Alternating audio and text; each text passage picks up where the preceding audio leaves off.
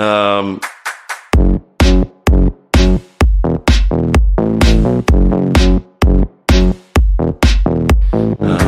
Daihatsu Rocky yang kita kenal saat ini adalah sebuah mobil crossover yang mempunyai fitur kelewatan canggih dengan harga terjangkau.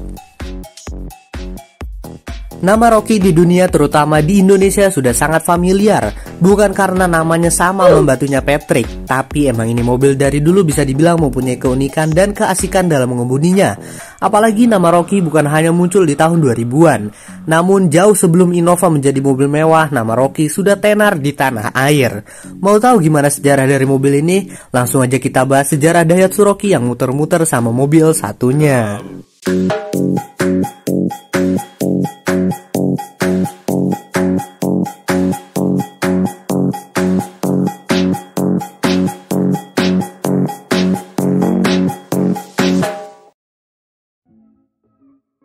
Tapi sebelum dimulai, jangan lupa klik tombol subscribe dan nyalakan notifikasinya. Like apabila kalian suka dengan video seperti ini. Lanjut. Pada tahun 85, Daihatsu meluncurkan SUV andalan mereka, yaitu Daihatsu TAF generasi ketiga. Oke, gue jelasin dulu kenapa gue langsung bahas generasi ketiga. Jadi alasan mengapa gue ngebahas dari generasi ketiganya adalah karena Daihatsu Rocky itu mulai ada di generasi ketiga Daihatsu TAF. Makanya gue langsung ngebahas generasi ketiganya ini mobil. Oke, lanjut. Mobil ini lebih dikenal oleh orang Indonesia sebagai TAF GT. Dan juga mobil ini adalah generasi paling lama masa produksinya di Indonesia, cuy. Nanti gue kasih tahu. Mobil ini di Indonesia menggunakan nama yang berbeda-beda, yaitu TAF GT, Rocky, Highline, dan Veroza. Untuk mesin dia berbeda dari generasi sebelumnya. Untuk generasi ini menggunakan mesin berkode DL41 2800cc 4 silinder menghasilkan tenaga hingga 72 horsepower dan torsi 170 Nm. Menyalurkan tenaganya ke semua roda atau 4-wheel drive. Kemudian di tahun 86-nya Daihatsu meluncurkan TAF F69 atau Highline dengan model bodi yang berbeda-beda, yaitu GTS untuk yang short wheelbase, GTX untuk yang medium wheelbase, dan GTL untuk yang long wheelbase. Semua TAF Highline itu nggak ada yang berpenggerak semua roda atau 4-wheel drive, namun hanya berpenggerak roda belakang saja atau rear wheel drive. Namun ada sebagian yang 4-wheel drive tapi hanya untuk pesanan khusus doang. Highline GTX yang diproduksi dari tahun 86 sampai 88 merupakan cikal bakal dari Daihatsu Rocky. Dan pada tahun 88 Daihatsu memperkenalkan model baru dari TAF yang diberi kode F75 atau yang dikenal sebagai Daihatsu Rocky. Perubahan dari Highline GTX ke Rocky sebenarnya hanya minor saja. Mungkin cuma berbeda di penamannya aja. Untuk yang masih bingung sama model dari Daihatsu TAF, oke, gue bakal jelasin. Untuk yang atapnya kayak Land Rover Discovery ini adalah Daihatsu Rocky. Untuk yang panjang yang satu ini adalah Highline GTL. Dan yang kotak dengan ban besar adalah TAF GT.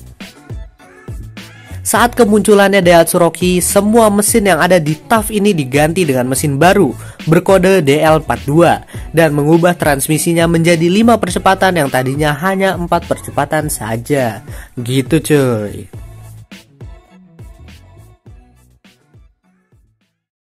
Next, pada tahun 96, Daihatsu meluncurkan generasi keempat dari TAF ini dengan kode bodi F73. Kalau kalian mikir, kok bentuknya sama? Ya, mobil ini memang menggunakan platform yang sama dengan generasi sebelumnya. Jadi yang berbeda hanya di bagian depan aja, atau mungkin kayak facelift.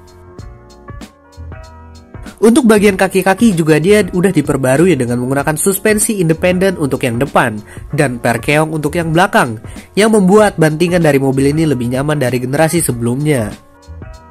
Masih menggunakan mesin lama, namun di tahun 93-nya ada satu varian cukup unik coy, yaitu TAF Veroza atau Veroza aja. Veroza ini menggunakan mesin bensin HDC 1600cc yang mesinnya diteruskan atau digunakan di Daihatsu Taruna. Mobil SUV dengan bentuk kotak yang sangat populer di zamannya. Bahkan di luar negeri pun mobil ini masih diproduksi hingga tahun 2002. Namun karena Daihatsu membuat SUV yang lebih family friendly yaitu Daihatsu Taruna, maka produksi mobil ini dihentikan.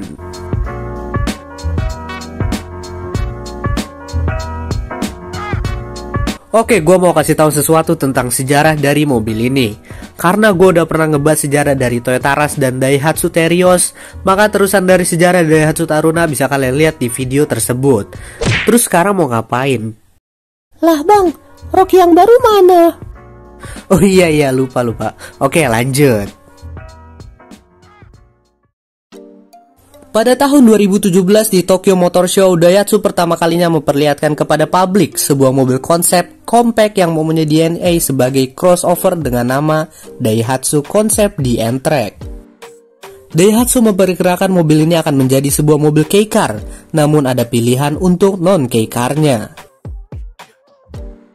Setelah melihat desain dan model dari mobil ini, orang Indonesia berpikir kalau nantinya mobil ini akan menjadi pesaing dari Suzuki Ignis. Dan pada akhirnya di 2019, Daihatsu resmi meluncurkan sebuah mobil crossover compact mereka dengan nama Daihatsu Rocky. Mobil ini adalah pengganti dari Daihatsu Terios dan Daihatsu Bego untuk Daihatsunya. Ya, karena kalian tahu kalau Terios yang sekarang udah jadi MPV. Sama seperti Daihatsu dan Toyota lainnya, mobil ini mempunyai kembaran dari Toyota, yaitu Toyota Race. Kalian lebih suka mana nih tampangnya? Toyota Race atau Daihatsu Rocky? Komen di bawah ya. Oh iya, ada satu lagi. Mobil ini juga punya kembaran lagi cuy di Malaysia, yaitu Pero 2 Ativa. Daihatsu Rocky dan Toyota Race masuk ke Indonesia pada 2021 dengan mobil yang berbeda dari Rocky 2019 di Jepang.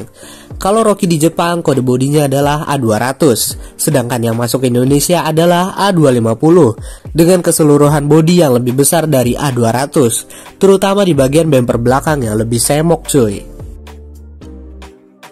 Rocky yang masuk ke Indonesia mempunyai 3 varian tipe, yaitu M, X, dan R.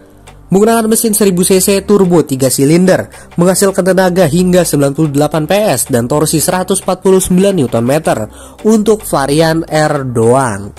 Dan mesin 1200cc natural aspirated 3 silinder, menghasilkan tenaga 88 PS dan torsi 113 Nm untuk varian M dan X doang. Mungkin bisa dibilang ini mobil adalah Daihatsu paling canggih untuk sekarang. Bahkan di Jepang mobil ini ada varian hybridnya coy, yaitu Daihatsu Rocky GH EV, khusus di Jepang.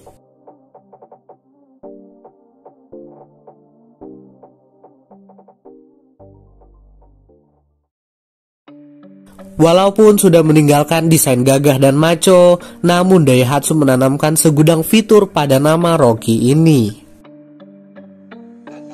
Jadi terima kasih sudah nonton video ini. Kalau ada yang salah bisa komen di bawah coy. Jangan lupa klik tombol subscribe dan nyalakan notifikasinya. Like apabila kalian suka dengan video seperti ini dan share video ini ke teman-teman kalian agar channel ini dapat berkembang. Terima kasih dan sampai jumpa di next video.